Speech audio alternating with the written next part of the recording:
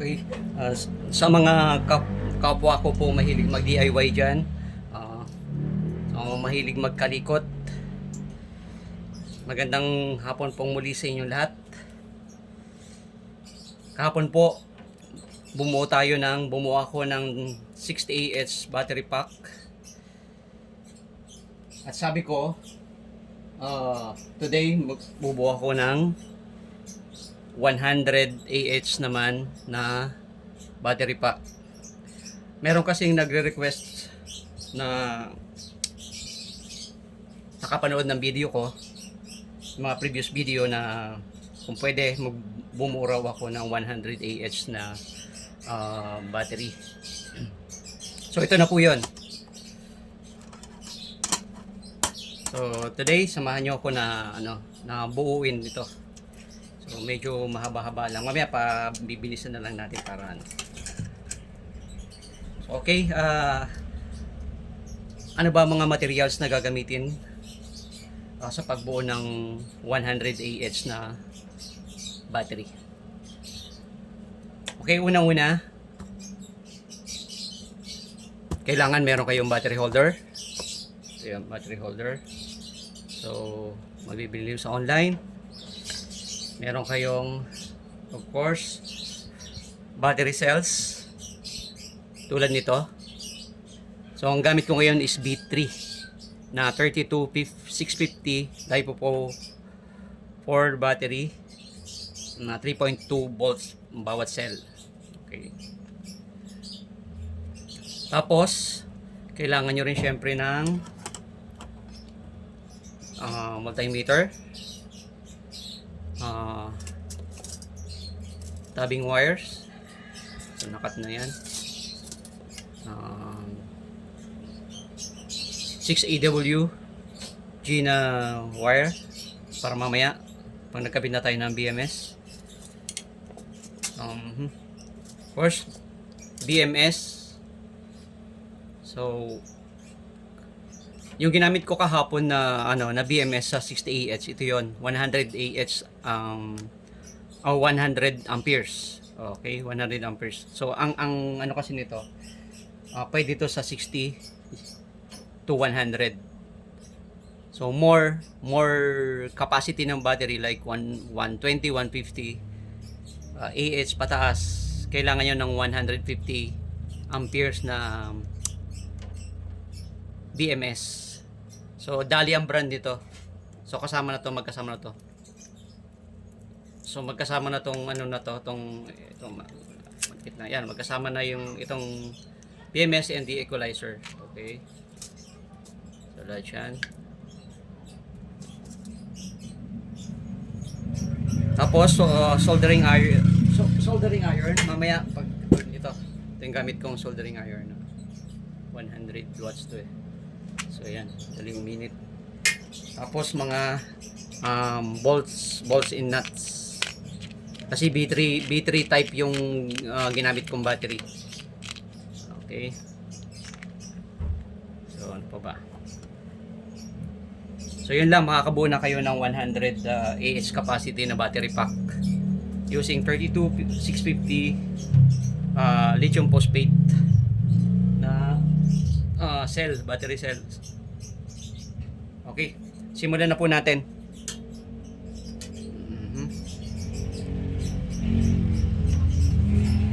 So bali, bago tayo magsimula pala, ang capacity kasi nito is 6,000. Ito nabili ko 6,000 mAh or 6Ah. So 100, i-divide nyo lang yun ng 6Ah para makuha nyo yung quantity per parallel, per layer. Okay, kasi 4S yung natin eh. Ibig sabihin 4 na series para makabuo tayo ng 12 volts. Okay. So 100 divided by 6, may butal kasi, so 16 point something yata. So may butal. So ang ginawa ko, gumamit na lang ako ng 18 pieces. So 18 pieces, that is 18 times 6, so 100 mahigit siya. So hindi siya saktong 100, pero okay lang yun, walang problema doon. 100 pa rin naman to. Kasi itong battery na to, ano to may nabili ako before. 5,000 mAh naman sinasabi na capacity. Tapos ngayon 6,000. So kaya nga ranging from 5,000 to 6,000. So gagamit ako ng 18 pieces para hindi siya nalalayo sa 100 Ah capacity. Okay? So na-test ko na rin to. Pakita ko sa inyo, test natin yung isa. Okay. Yan. Test natin tong isa kung ano yung ito yung positive niya yung yung male. Yung female yun ang so 3.26. So yan 3.26 volts, okay? So yan. So positive, negative. So may ano yan, parang may paper na white. Tapos yung sa plain lang. So yun yung negative. Okay. Simulan ko na.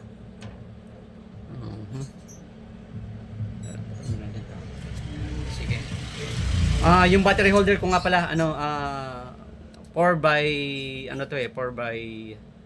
6 yung ng mga nabili ko. So nakakapanghinayang naman, nakakatin ko pa. So since na ang purpose ng video na to is for demonstration only, so hindi ko na kailangan katin to. Ibig sabihin may sosobra dito mamaya. Oo. Para makita nyo lang kung paano yung connection ng BMS. Tapos itetest natin, kailangan mapalabas natin yung 12 volts na 100 Ah para gagamitin nyo sa mga solar setup nyo. Okay. So ito. So nasa ilalim, ginawa ko ngayon nasa ilalim yung negative. Nasa ilalim yung negative. So yan. Ganyan. Bali, 4 na layer tong ito yung first parallel. Bali 18 pieces. 18 times 6, yun yung capacity ng battery na bubuhay natin. Okay. So ayan.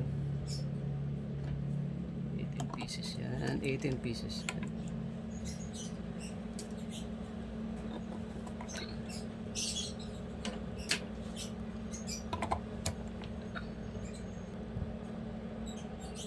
So ito yung yung first ito na yung first layer natin. Parallel siya, 18 pieces parallel. Okay, 18 pieces parallel. First layer, 1S, parang ganun. So lalagyan na natin ng tabing wire. Okay.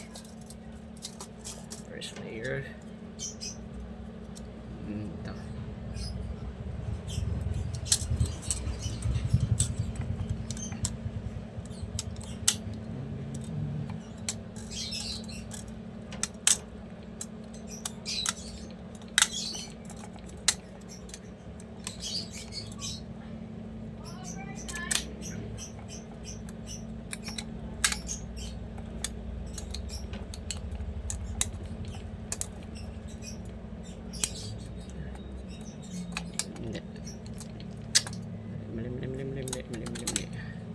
Mali, muna, lagyan muna natin ng holder.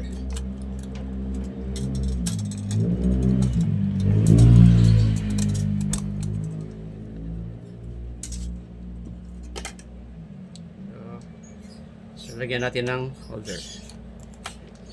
Okay. Holder niya. So tabing wire.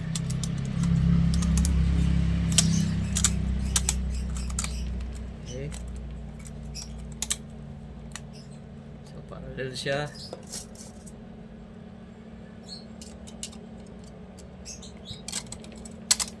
Ito yung sumobra na sinasabi ko sa inyo, sumobra. Ayan. Sumobra siya ng 6. So anyway, demonstration lang yan. Makakabili naman kasi kayo ng saktuhan ng niyan. Kaya lang yung nabili ko is hindi sakto eh. So ito. Okay. Yan. So, lock na natin. Okay, hindi mo ilalak yan. Hindi mo lalagyan ng nuts. So, instead na lalagyan mo ng nuts, papatungan na natin ng another layer. Another Ah, so, ang gagawin natin, like, ito. Ayan. Dudugtungan na natin ng pangalawang layer na 18 pieces uli. So, this time, ang bolt nito, pag ang voltage nito magiging 6 na yan. 6 point something. Kasi, ma-add yan eh. Ma-add yung voltage. Habang nagdudugtong kayo, pa-add yung voltage. Okay. Pero yung capacity niya, same lang din. Nabuo na natin yung capacity niya na 100 Ah eh. Sa baba pa lang. So yun na yun, hanggang taas na yan. Okay.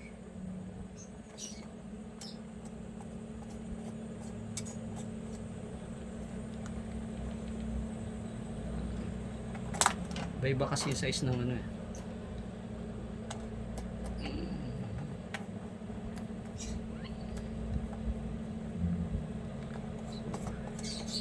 So, ganyan lang yan, ganyan lang. Another layer.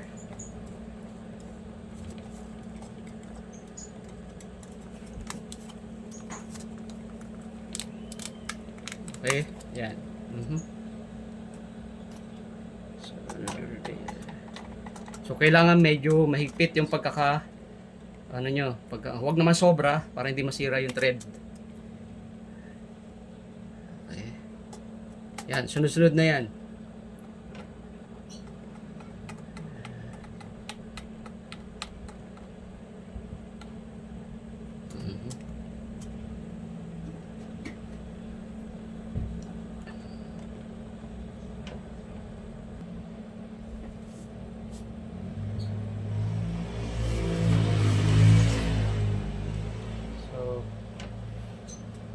Yan na po.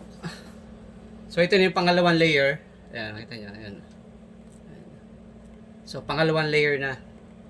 So, ganyan lang yan. Hindi ko na pinakita yung pagsalpa ko na lang. Pero yung umpisa, diba? Sundan nyo lang yun. So, hanggang sa mabuo nyo yung pangalawang layer. So, yun na yung layer. Another holder. Yan lang po kasimple or kadali magbuo ng 100 Ah na battery pack. Computin nyo muna, tsaka base sa ano to, sa capacity ng bawat cells. So, okay. Lagay ulit tayo ng panibagong tapping wire. Tapping wire. Medyo may ano kasi, may thread kasi parang mahirap i-ano salpak. Yan. Yan.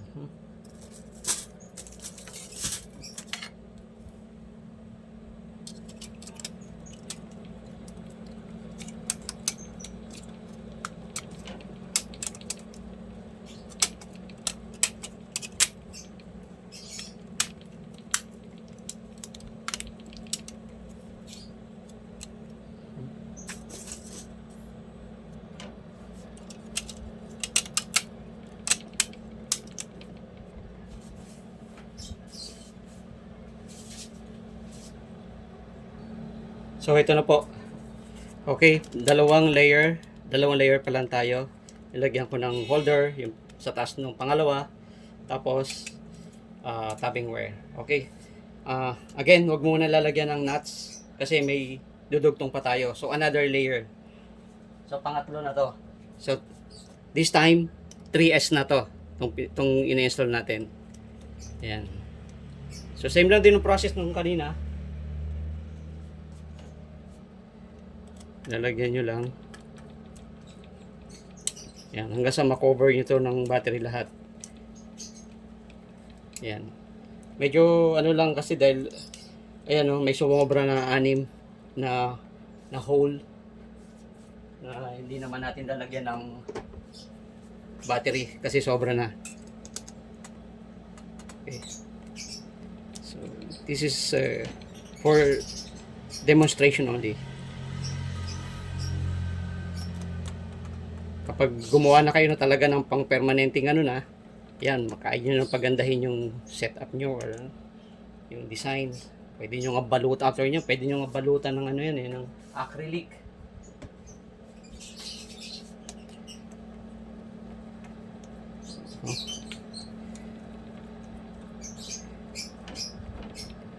So,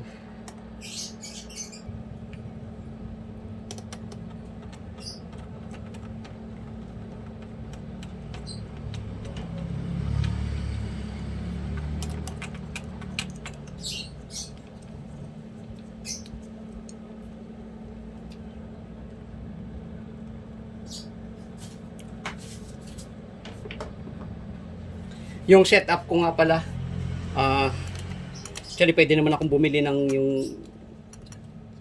mga buong battery na or ano, pero I prefer to assemble na lang kasi gusto kong matuto, gusto kong maging bihasa sa pag-install or sa sa pagbubuo ng battery, tsaka yung kasama na yung sizing ng wires, breakers, tsaka yung panel. Sa-size mo rin kasi hindi basta bibili kayo ng panel. Kailangan na ayon sa sa capacity ng battery, inverter, mga ganyan. Siyempre, load nyo muna. Kailangan alam nyo yung load nyo. Kung ano yung mga ilo-load nyo.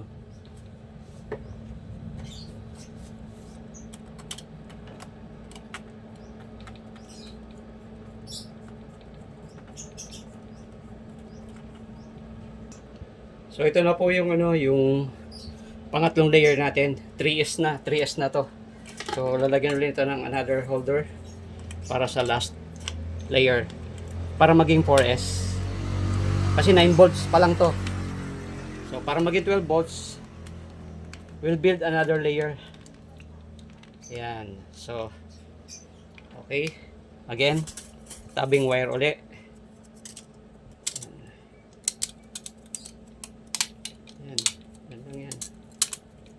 Gawin lang kadali.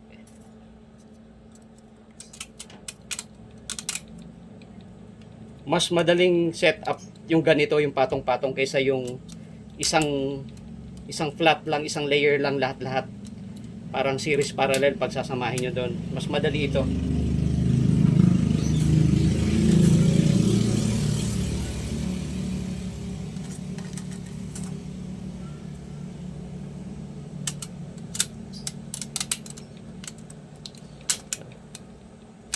Okay.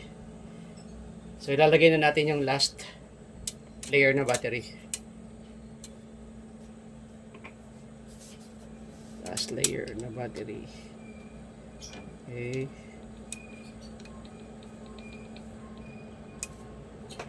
Yung 180 Ah na inassemble, ganito lang din yung patong-patong lang din. Super bigat nito. Ay, mabigat.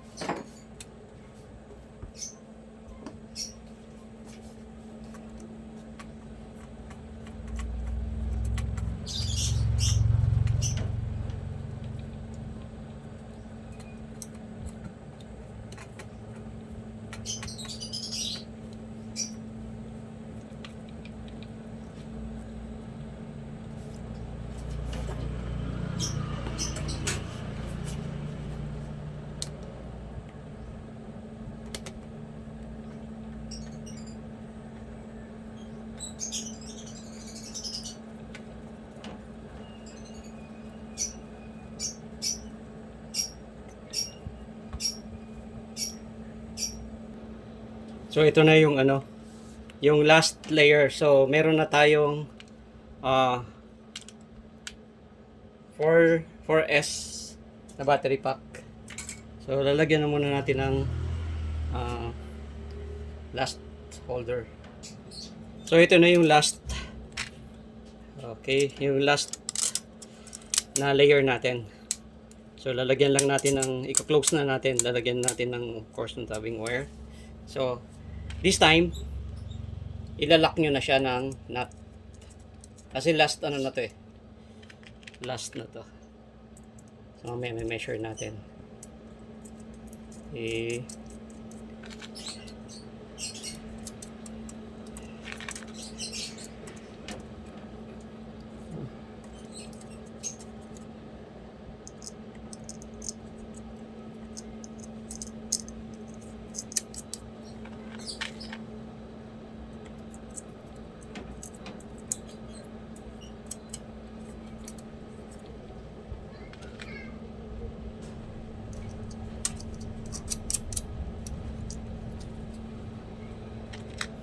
Ang bigat siguro nito mga nasa 15 kilograms or more.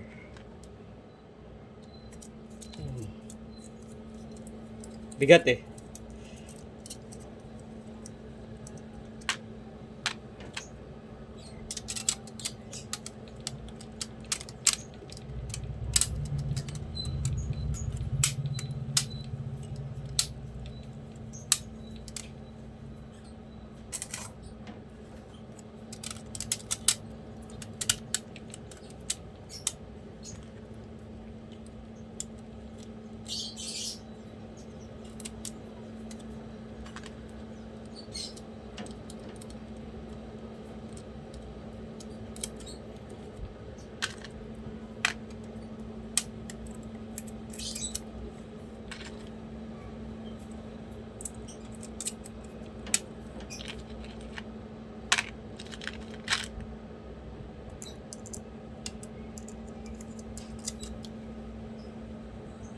So yan, ita-tighten lang natin kasi kailangan medyo mahigpit. Huwag lang masyadong ano, yan. Kapag naramdaman nyo na medyo ano na, huwag yung masyadong higpitan. Masisira yung battery nyo or yung thread. Okay. Kasi mahirap naman yung ano pag luwag naman, mag-spark kasi pag maluwag. Dapat tama lang. Ito yung ano na tighten ko na. Yung kabila lalagyan din natin ng tabbing wire. Ilalak din natin. So, babalik ta rin ko muna. Super bigat. Ayan. Ayan, mabigat siya, mabigat. So, nasa 15 kilo. Ayan. So, yan. Ito yung sinasabi ko kanina na lalagyan natin ng ano.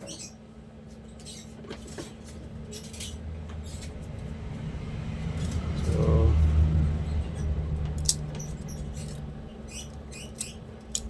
ayan. Lock din natin dito. Dito, ano naman, ano kasi to female. So, yan. Kailangan dito yung ano, yung screw naman doon sa kabila nut. So, yan, tighten lang natin. Okay. Tulad sa kabila, huwag masyadong mapipil nyo naman kung medyo mahigpit na. Napipil nyo. Ayan, may resistance na siya. O, ayan. Hindi kailangan na sobrang higpit.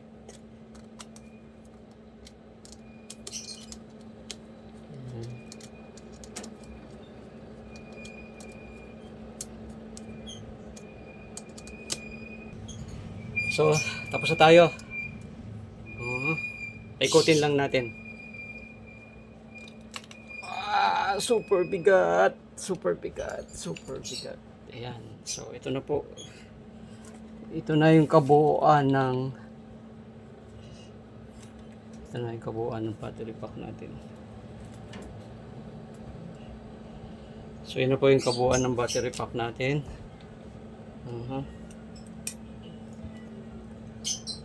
Okay. Now, i-measure natin muna. Measure muna natin nang hindi nakakabit yung BMS. Para malaman natin kung 12 volts ba. Ayan.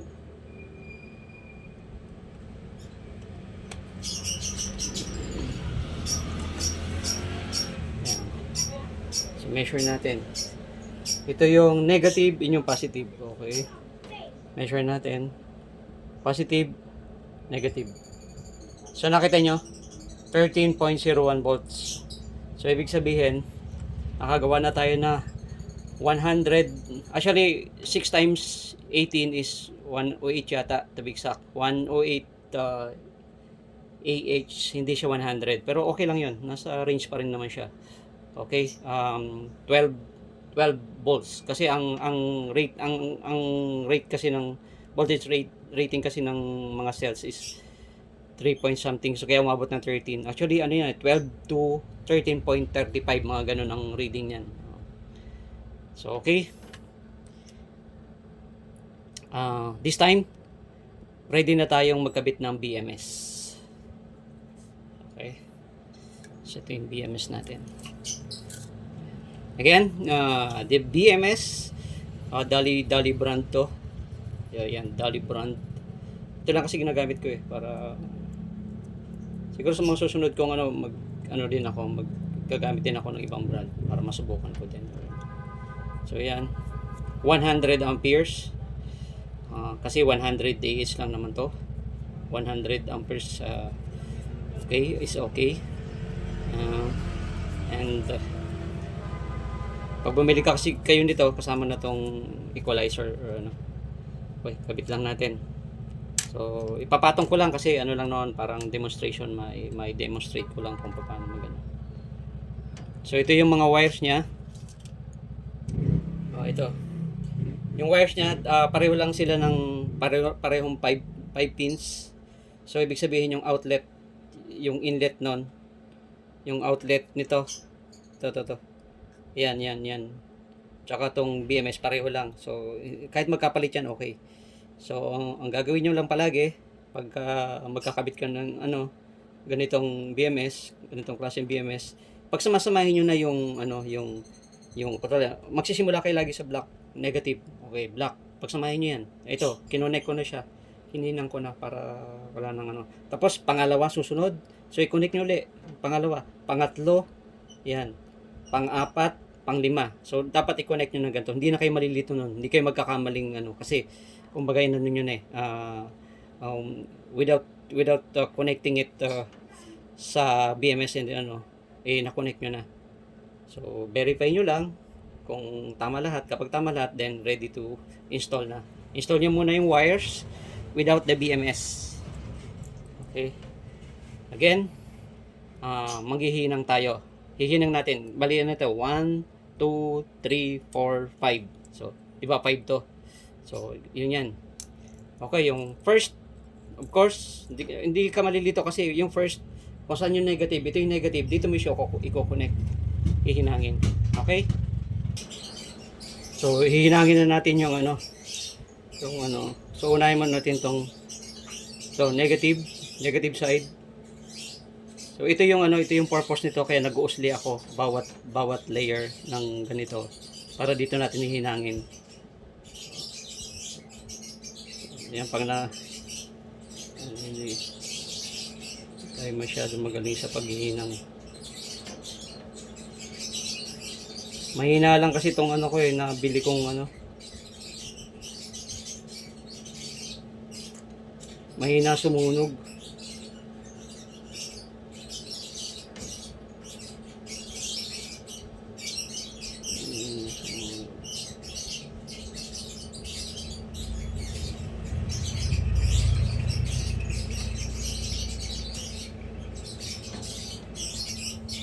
So yung pangalawa naman.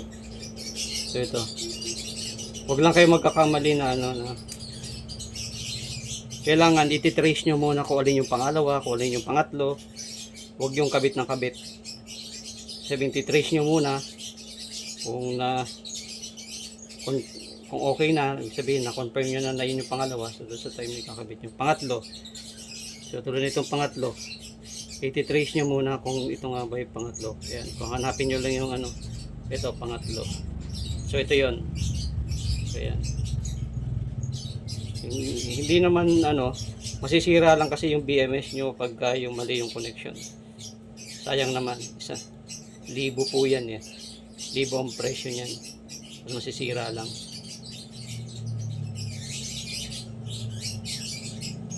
So ayan. Okay. So pang-apat. Then pang-apat. Okay.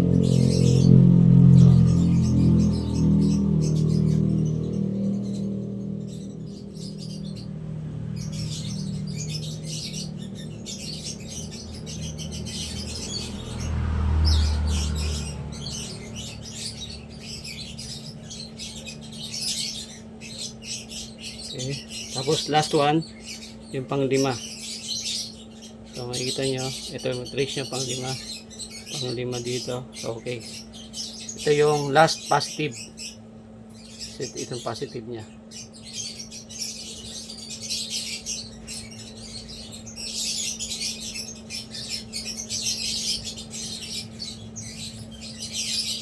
So yan, nakabit na natin. Okay, naikabit na natin lahat.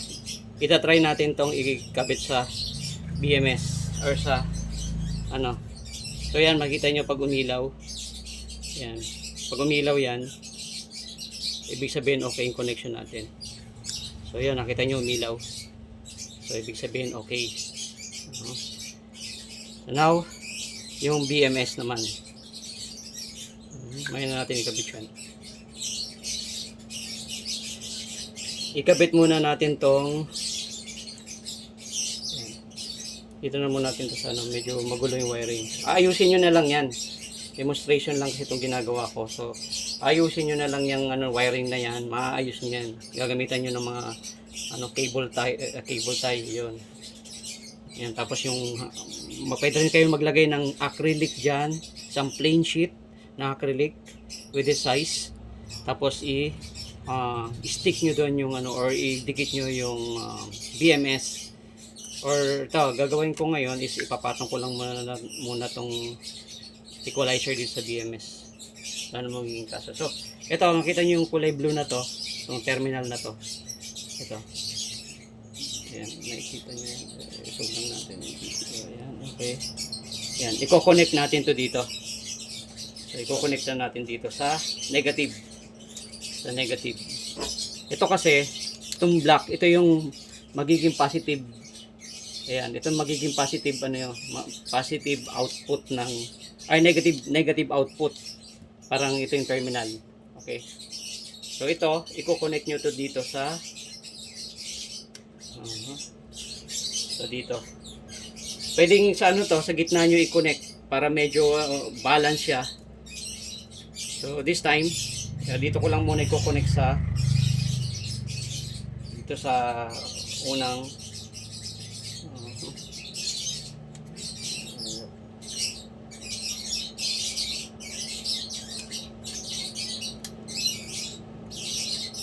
ayan.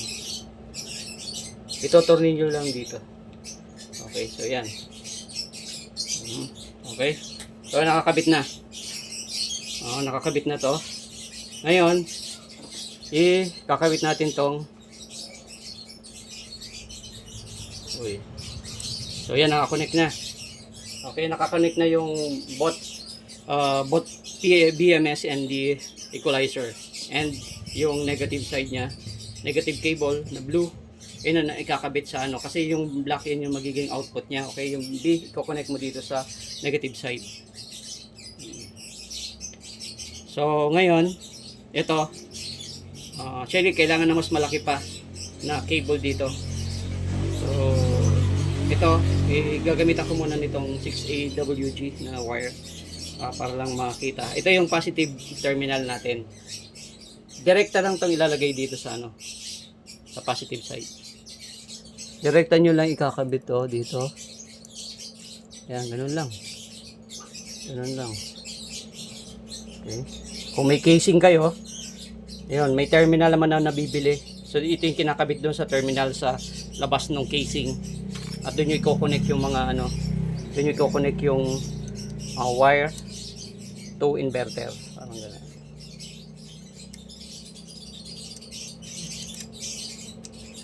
Yan, nakikita nyo lang.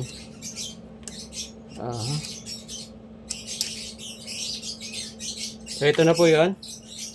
Ngayon, susukatin naman natin. Ayan natin.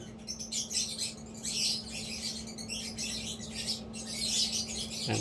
Susukatin natin ngayon yung voltage niya. This time, kanina kasi sinukat natin without the BMS. So this time, with BMS na, with BMS connected, susukatin natin or measure natin yung voltage. Kasi pag pareho lang ng reading, ibig sabihin tama yung connection natin ng BMS. Anyway, umilaw naman na rito, ibig sabihin nun okay na. So positive, then negative. So una muna natin. So yan, kita niyo ba? So yan, okay. Ito yung negative. So ang reading is 13.01. So same kanina. So ibig sabihin successful yung ginawa nating battery pack. So ito na po yung 100Ah na battery pack. Ini-request ng isang viewer. Thanks for requesting. And hindi lang po kayo ang mag-benefit dito. Yung iba din hindi masyadong marunong or sundan nyo lang from the start to finish. So sigurado makakabuo kayo ng isang battery pack like this. Okay, thanks po. At sa mga nag-review po dyan na hindi pa po naka-subscribe, baka pwede pong mag-subscribe po kayo para po ma-update din po kayo sa iba pa mga videos na ina-upload ko. May work po kasi ako kaya hindi ako palagi nakakapag-upload. Marami akong gustong i-upload. Nakapila po 'yun or no. So, pag free time lang, during may free time, doon lang po ako nakakapag-upload. Pero yung comments nyo, kung mag-comments kayo, any comments po related to the solar setup, I will give you an answer. So, as long as na makita ko doon or ano, so, say everyday po ako nag-check ng comments ng channel ko, okay? Maraming salamat.